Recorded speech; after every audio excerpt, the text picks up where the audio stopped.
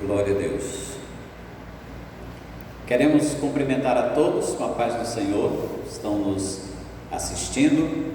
Nós estamos meditando na carta de Paulo aos Gálatas. Esta carta foi escrita para defender a autoridade apostólica de Paulo, para defender o Evangelho e para defender a liberdade cristã. Nós estamos vendo aqui a defesa que Paulo faz do Evangelho. O Evangelho que Paulo pregava, ele diz aqui nessa carta que esse Evangelho ele recebeu de Jesus Cristo. Ele recebeu de Jesus Cristo. Você observa isso nos versículos 11 e 12 do capítulo 1 de Gálatas. Mas faço-vos saber, irmãos, que o Evangelho que por mim foi anunciado não é segundo os homens, porque não recebi nem aprendi de homem algum, mas pela revelação de Jesus Cristo. Paulo, embora não tenha participado do grupo apostólico, daquele grupo de apóstolos que seguiu Jesus, ele veio depois. Ele diz aqui que recebeu a visita do Senhor Jesus. Jesus apareceu para ele e passou para ele o Evangelho que ele pregava. E esse Evangelho que ele pregava, que é um Evangelho da graça, que é um Evangelho que traz a salvação pela fé, como Paulo disse, porque pela graça sois salvos por meio da fé. Isso não vem de vós, é dom de Deus. Essa revelação mostra que não precisava de seguir ritos da lei para ser salvo. Como os irmãos ali na Galácia estavam passando por esse problema, porque os judaizantes estavam ensinando que para ser salvo precisava se circuncidar, precisava guardar os ritos da lei de Moisés. E Paulo chama esse tipo de ensino de um outro evangelho, chamado por ele de anátema, maldição, porque a salvação é pela fé no Senhor Jesus Cristo. E este evangelho que Paulo pregava, ele também foi ratificado, ele foi confirmado pelos principais líderes da igreja primitiva, como está no capítulo de número 2, versículos de número 9 e 10, você pode acompanhar aí na sua Bíblia, que diz assim: conhecendo Tiago, Cefas e João, Tiago, Cefas aqui é Pedro e João, eles eram considerados colunas da igreja, e ele diz assim: eles conhecendo a graça que me havia sido dada, deram-nos as destras, quer dizer, nos deram as mãos, estiveram ao nosso lado, apoiaram, colocaram a sua assinatura, o seu apoio ao evangelho que ele pregava. Então o evangelho que Paulo pregava era um evangelho dado por Jesus, confirmado pelo ministério, pelos obreiros, pela liderança da igreja. E ele vai contar aqui que o apóstolo Pedro, quando chegou lá em Antioquia e estava longe dos judeus, ele comia junto com os gentios. Mas quando chegou alguns dos judeus, enviado por Tiago, e chegaram lá, Pedro e Barnabé se afastaram dos irmãos. E Paulo viu aí um seríssimo problema. Você vai observar aqui que no debate com Pedro, o evangelho é vindicado. Capítulo 2, versículo 11 a 21. Olha, você observa aí, capítulo 2, versículo de número 14. Olha o que Paulo diz para Pedro. Ele diz na parte B do versículo 14: se tu, sendo judeu, vive conforme como os gentios e não como os judeus, por que obrigas os gentios a viverem como judeus? Então Paulo repreende Pedro por essa dissimulação, porque aceitando aquela atitude, estaria provado que havia duas igrejas, uma igreja de primeira classe e outra de segunda classe, uns que eram os judeus e outros que eram os gentios, e a igreja ela é uma, a igreja é una em Cristo Jesus, tanto judeus como gentios que se convertem a Cristo fazem parte da igreja. Louvado seja o nome do Senhor para sempre. E ele continua dizendo nesse texto sagrado, do versículo de número 11 ao 21, ele vai falar algumas coisas importantes. E ele diz aqui no versículo 20: já estou crucificado com Cristo, e vivo não mais eu, mas Cristo vive em mim. E a vida que agora vivo na carne, vivo na fé do Filho de Deus, o qual me amou e se entregou a si mesmo por mim. Paulo está mostrando aqui que o nosso relacionamento com a lei, nós morremos para a lei. Nós somos agora novas criaturas para Cristo Jesus. Ele ensinou isso na carta aos Romanos. Você pode voltar um pouco aí na sua Bíblia, Romanos capítulo 7, você vai observar uma coisa interessante que o apóstolo Paulo falou. Ele disse o seguinte, capítulo 7, versículo 2: porque a mulher que está sujeita ao marido, enquanto ele viver, está-lhe ligada pela lei, mas morto o marido, está livre da lei do marido. Paulo não está falando aqui de casamento, ele está falando do nosso relacionamento com a lei. Ele mostra que a igreja, o povo, é a esposa e a lei é o marido. Agora observe, esse marido é um marido santo, ele é perfeccionista, ele não tem defeito, ele não tem falha, porque é assim que a Bíblia apresenta a lei. A Bíblia diz que a lei é perfeita, que a lei é santa, que a lei é boa, que não tem nenhum erro na lei. A lei é especial. Mas nós éramos cheios de defeito, nunca conseguíamos agradar a lei. Era como um marido perfeito, casado com uma esposa estabalhoada, que nada fazia de certo, ou tudo que fazia não era correto, segundo a lei. Entendeu? Aí o que aconteceria para essa mulher ficar livre desse casamento? Só se o marido morresse. Mas o marido era tão bom que não morria. A única solução foi então a mulher morrer. Aí então, pela morte, nós morremos com Cristo, morremos e ressuscitamos. Depois que morreu, não tem mais compromisso com o marido, não tem mais compromisso com a lei, estamos livres da lei. E agora, através da ressurreição, nós casamos com Cristo. Aí sim, Cristo agora é o esposo da igreja.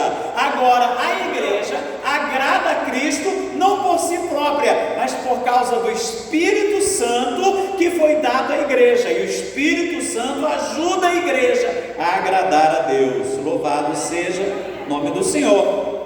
Voltemos para Gálatas e nós vamos observar então que Paulo fala desse relacionamento. Ele diz: já estou crucificado com Cristo, vivo não mais eu, mas Cristo vive em mim. Então nós não somos mais vivos para a lei não tem domínio sobre nós, os rituais da lei não têm domínio sobre a igreja, porque a igreja está morta para a lei, mas está viva para Cristo Jesus. Aleluia, glorificado seja o nome do Senhor. Então nós temos no capítulo 3 e 4, Paulo vai fazer a defesa da liberdade do Evangelho.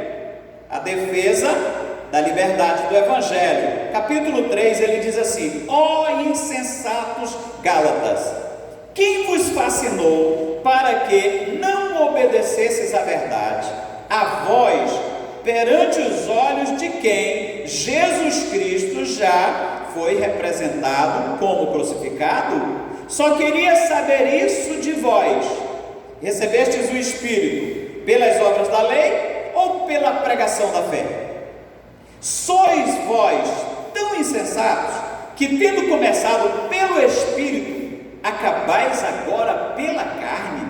Observe, meu querido irmão, que Paulo vai ensinar coisas interessantes para nós aqui. Ele diz que o Espírito Santo e a nova vida que nós temos não vem da lei, vem pela fé na pregação da palavra de Deus. Uma das tarefas do Espírito Santo é nos fazer parecido com Cristo. A lei, qual era a função da lei? E aqui Paulo vai falar, ele diz que a função da lei era nos conduzir a Cristo. Vamos observar aqui,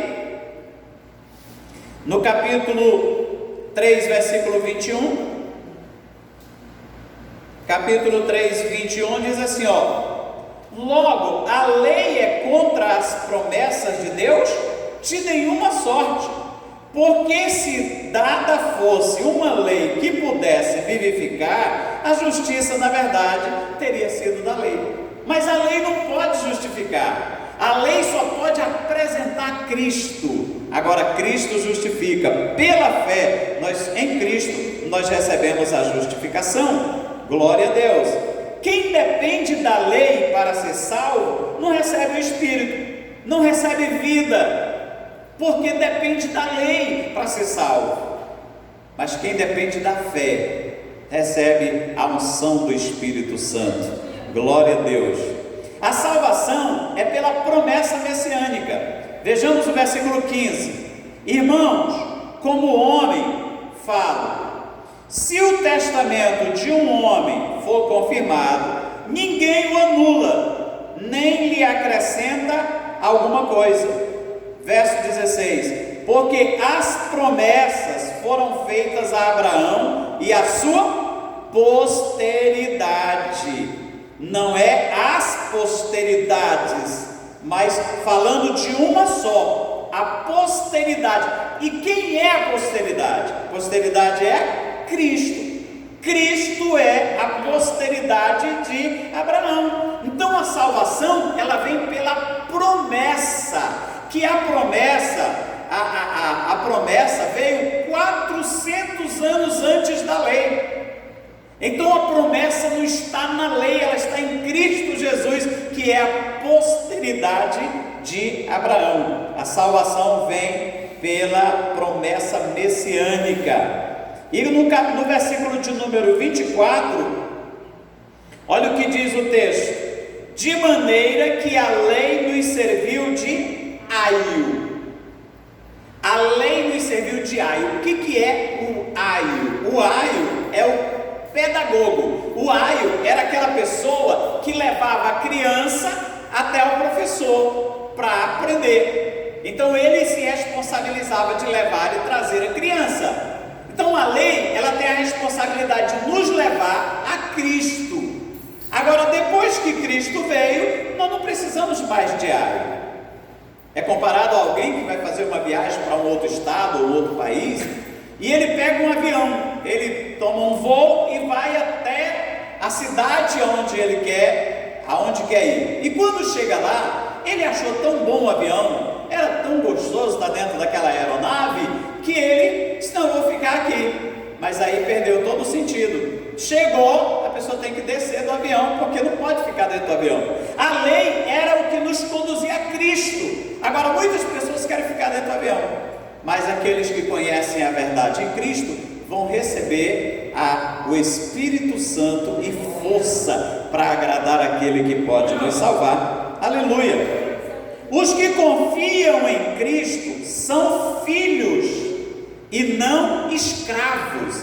Olhe, meus irmãos, observe o que está escrito no capítulo 3, versículo 25 em diante. Ele vai dizer assim, mas depois que a fé veio, já não estamos debaixo de aio, porque todos sois filhos de Deus pela fé. Somos filhos de Deus pela fé em Cristo Jesus. E ele diz mais aqui: porque todos quanto foste batizados em Cristo, já vos revestiste de Cristo. Nisto não há judeu, nem grego, não há servo, nem livre, não há macho, nem fêmea, porque todos vós sois um em Cristo Jesus. O Evangelho traz a unidade, aleluia. Nós somos um em Cristo Jesus. Glória a Deus. E no verso 29 ele diz: e se sois de Cristo, então sois descendência de Abraão e herdeiros conforme a promessa. Aleluia. Nós vemos então no capítulo 4, ele vai falar sobre esse herdeiro. Ele diz aqui, depois Digo, pois, que todo o tempo em que o herdeiro é menino, em nada difere do servo, ainda que seja senhor de tudo, mas está debaixo de tutores e curadores até o tempo determinado pelo Pai. Então nós, o povo do Antigo Testamento, vivia debaixo de tutores e curadores até chegar Jesus. Aí diz aqui o versículo 4: mas vindo a plenitude dos tempos, Deus enviou seu Filho, nascido de mulher, nascido sob a lei, para remir os que estavam debaixo da lei, a fim de que recebamos a adoção de filhos. Aleluia! Então a lei trouxe o seu trabalho até Jesus, e quando chegou a Jesus, agora nós não vivemos mais de sombra, nós vivemos da realidade. E ele diz aqui ainda, versículo de número 6: e porque sois filhos, Deus enviou aos nossos corações o Espírito de seu Filho, que clama: Abba, Pai. Aleluia, aleluia. Olha que coisa linda, meu querido ouvinte, meu querido irmão. Porque nós somos filhos, nós recebemos o Espírito. Ninguém recebe o Espírito pela lei, nós recebemos o Espírito pela pregação da fé, pelo poder do Evangelho. Aleluia. Assim que já não és mais servo, mas filho, e se és filho, és também herdeiro de Deus por Cristo Jesus. Que maravilha! Nós agora, através dessa fé em Cristo Jesus, nós somos filhos e não escravos. A outra lição que nós aprendemos aqui, Paulo faz um apelo aos Gálatas, para que eles refletissem. Capítulo 4, versículo 8 a 20, o apóstolo Paulo vai fazer esse apelo. No 8 ele diz assim, mas quando não conhecieis a Deus, servieis aos que por natureza não são deuses, mas agora, conhecendo a Deus, ou antes, sendo conhecidos de Deus, como tornais outra vez a esses rudimentos fracos e pobres, aos quais de novo quereis servir? Guardais dias, meses, tempos e anos, receio de vós que haja eu trabalhado em vão para convosco. Então Paulo chega e traz o evangelho verdadeiro para eles, e agora eles estão indo para um evangelho falso, abandonando o evangelho verdadeiro e seguindo um evangelho falso. E Paulo vai dizer para ele aqui, para eles: irmãos, rogo-vos que sejais como eu, porque também eu sou como vós, nenhum mal me fizeste. Verso 13: e vós sabeis que primeiro vos anunciei o evangelho, estando em fraqueza da carne, e não rejeitaste nem desprezaste o que era uma tentação na minha carne, antes me recebeste como anjo de Deus, como Jesus Cristo mesmo. Então eles receberam Paulo de bom grado. Paulo estava com um problema na visão, e é por isso que ele usa daí para frente a amanuense para escrever suas cartas, e ele só faz assinar as cartas no final, como você pode conferir no capítulo de número 6, versículo 14, 6, versículo 11, ele diz assim, vede com que grandes letras vos escrevi por minha mão. Então aqui ele pegava e assinava a carta. Alguém escrevia, ele ditava, a pessoa escrevia, o amanuense escrevia, e no final ele assinava. Então Paulo estava com um problema de visão. Ele disse que os Gálatas tinham tanto amor por ele, que se fosse possível arrancariam os olhos deles e dariam para Paulo. Mas agora, esses judaizantes fizeram os Gálatas ficar com raiva de Paulo, ficar revoltado contra ele, colocaram na cabeça deles coisas que não deviam. Quantas pessoas se prestam a esse serviço? De fazer com que as pessoas mudem de ideia acreditando em coisas que não agradam a Deus e vem trazendo prejuízo para a vida da pessoa. Então ele diz aqui, nesse ponto, ele faz um apelo aos Gálatas para que eles refletissem naquilo. E olha o que ele diz no verso 19, irmãos: meus filhinhos, por quem de novo sinto as dores de parto, até que Cristo seja formado em vós. Era necessário agora que aqueles crentes que seguiram esses ensinos errados nascessem de novo, aceitassem Jesus outra vez. Paulo agora teve que gerá-los de novo. Já havia ganhado eles para Jesus uma vez, gerado a primeira vez, e agora ele disse: eu sinto de novo as dores de parto, até que Cristo seja formado em vós. Os que confiam na lei são escravos e não filhos. Você vai ver isso no capítulo 4, versículo 21 em diante. E aqui nesse texto, Paulo vai usar uma alegoria. Ele vai falar de Sara e vai falar de Agar.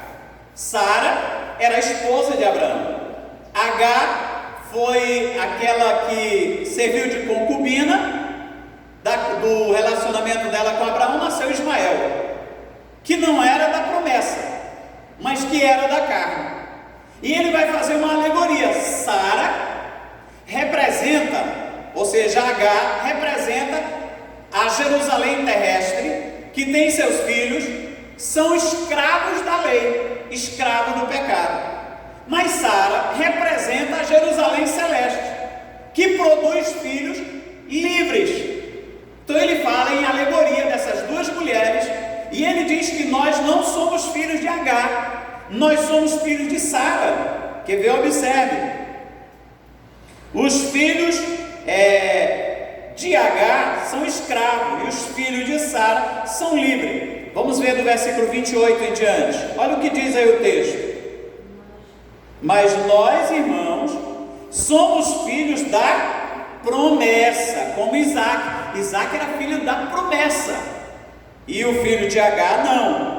Mas como então aquele que era gerado segundo a carne perseguia o que era gerado segundo o Espírito, assim é também agora. Aqueles que são gerados da carne ficam perseguindo os que são gerados do Espírito, ficam buscando colocar tropeço no caminho dos que estão seguindo e são gerados pelo Espírito. Então vejamos o verso 30. Mas que diz a Escritura? Lança fora a escrava e seu filho, porque de modo algum o filho da escrava herdará com o filho da livre. No final, meu querido irmão e amigo, a diferença virá. Quem é escravo não entra no reino de Deus, só entra aqueles que são livres, que aceitaram a fé em Cristo e receberam a liberdade. O verso 31, Paulo diz assim, de maneira que, irmãos, somos filhos não da escrava, mas da livre. Aleluia! Portanto, os que confiam na lei, eles são escravos, mas os que confiam em Cristo pela fé, esses são livres. Quem confia na lei, irmãos, está morto, está desviado, caiu da graça. Está escrito aqui nesse texto. Vamos ao último ponto, os dois últimos capítulos, que fala da defesa da liberdade cristã. Paulo começa o capítulo 5 dizendo assim: estai, pois, firmes na liberdade com que Cristo vos libertou, e não torneis a meter-vos debaixo do jugo da escravidão. Era isso que eles tinham feito, estavam livres, mas eles voltaram à escravidão. Não toque nisso, não pegue naquilo, guarde esse dia, guarde isso, guarde aquilo. Então isso era a escravidão do antigo pacto, da antiga aliança. No verso 2 ele diz: eis que eu, Paulo, vos digo, que se vos deixar de circuncidar, Cristo de nada vos aproveitará. Os judeus tinham a circuncisão, e quando chega o Evangelho, essa circuncisão não tem o seu valor, como tem lá no judaísmo. Agora ela não é necessária para a salvação, embora ainda hoje os judeus se circuncidem, mas mais por uma questão de saúde. mas não por uma questão de salvação. Então ele diz aqui no versículo de número 3, e de novo, protesto a todo homem que se deixa circuncidar, está obrigado a guardar toda a lei. E quem consegue guardar toda a lei? Ninguém. Só teve uma pessoa que guardou toda a lei, foi Jesus. Esse sim, guardou toda a lei. Agora os homens não conseguem. Aí ele diz o seguinte no verso 4, separados estáis de Cristo, vós que vos justificais pela lei, da graça tendes caído. Quem quer ganhar salvação através da lei, caiu da graça, está separado de Cristo, e não tem salvação fora de Cristo, salvação somente em Cristo Jesus. Aleluia. Então, a liberdade cristã, ela vem pela salvação pela graça. A liberdade cristã não deve ser desculpa para a prática do pecado. Vejamos o verso 13, olha o que ele diz aqui, porque vós, irmãos, fostes chamados à liberdade, não useis então da liberdade para dar ocasião à carne, mas servi-vos uns aos outros pelo amor.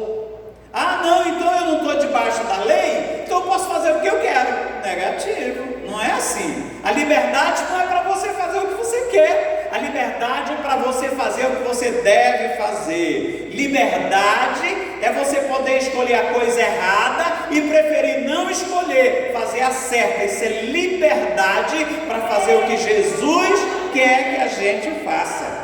Glória a Deus.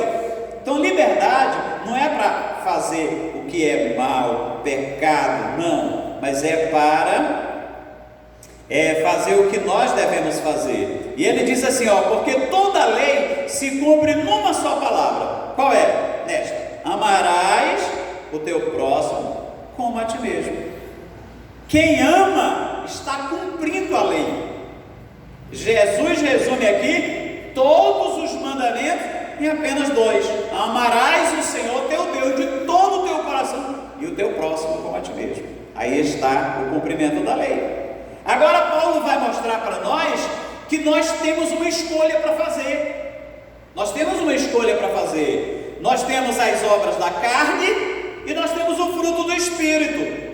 Você aceitou Jesus, você é livre agora, então você vai escolher. O que você vai escolher vai determinar a tua vida eterna.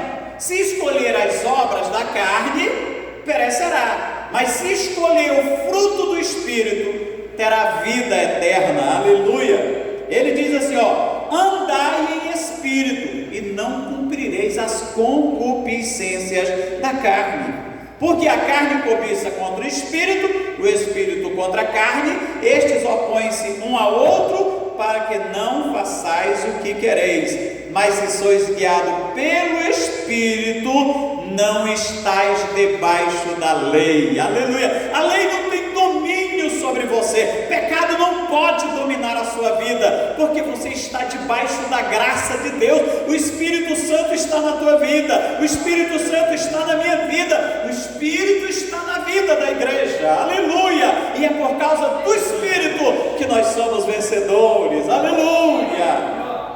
E ele fala aqui das obras da carne. E as obras da carne, elas são manifestas, as quais são prostituição, impureza, lascívia, pecados sexuais. Aí vem idolatria, feitiçaria, são pecados religiosos, não é? Aí ele vem inimizade, porfia, emulações, iras, pelejas, disquisições, heresias, invejas, homicídios, bebedice, glutonarias e coisas semelhantes a estas, das quais vos declaro, como já antes vos disse, que os que cometem tais coisas não herdarão o reino de Deus. Então aqui está uma escolha. Você quer viver na prostituição? Quer viver no pecado? Quer viver de forma que agrada o mundo? É uma escolha sua, só que não herda o reino de Deus. Agora ele diz no versículo 22, mas o fruto do Espírito, aleluia, é amor, alegria, paz, longanimidade, benignidade, bondade, fé, mansidão e domínio próprio. E contra essas coisas não há lei. Então nós somos convidados a demonstrar o fruto do Espírito na nossa vida. Glória a Deus, aleluia. E os que são de Cristo crucificaram a carne com as suas paixões e concupiscência. Se vivemos no Espírito, andemos também no Espírito, aleluia. Glória seja dada ao nome do nosso Deus. Agora, a liberdade cristã, ela deve expressar-se mediante a lei de Cristo. No capítulo 6, Paulo vai falar sobre a lei de Cristo, a lei da liberdade. Nós não vivemos sem lei. Nós não estamos debaixo da lei, dos regulamentos, do cerimonialismo, da lei judaica. Nós estamos debaixo da lei de Cristo, que é uma lei superior, que é uma lei que está escrita no coração. O Espírito Santo escreveu a lei de Cristo dentro de nós, no nosso coração. E ele diz aqui no capítulo 6, irmãos, se algum homem chegar a ser surpreendido em alguma ofensa, vós que sois espirituais, encaminhais o tal com espírito de mansidão, olhando por ti mesmo, para que não sejas também tentado. Veja a diferença. A lei, se alguém fosse pego em pecado, tinha que morrer. Se alguém fosse pego numa falha, tinha que morrer. Para ele não morrer, tinha que matar um animal. Mas alguém tinha que morrer. Um animal morria no lugar do pecador. Mas agora, pela graça, pela fé em Cristo, Jesus já morreu por nós. Quando a gente encontra alguém fraco, que está em falha, nós estendemos as mãos para ajudá-lo, para levantá-lo, porque a graça de Deus traz perdão.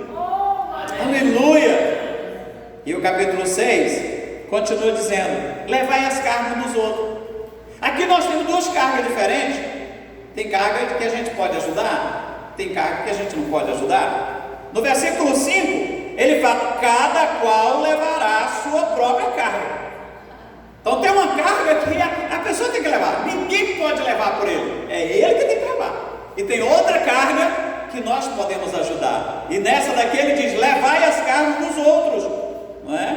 E assim cumprireis a lei de Cristo. Agora, meus queridos irmãos, o apóstolo Paulo chama aqui nessa carta a atenção para uma coisa muito séria. Ele diz no versículo 6, verso 7: não erreis, Deus não se deixa escarnecer, tudo que o homem semear, isto ele ceifará.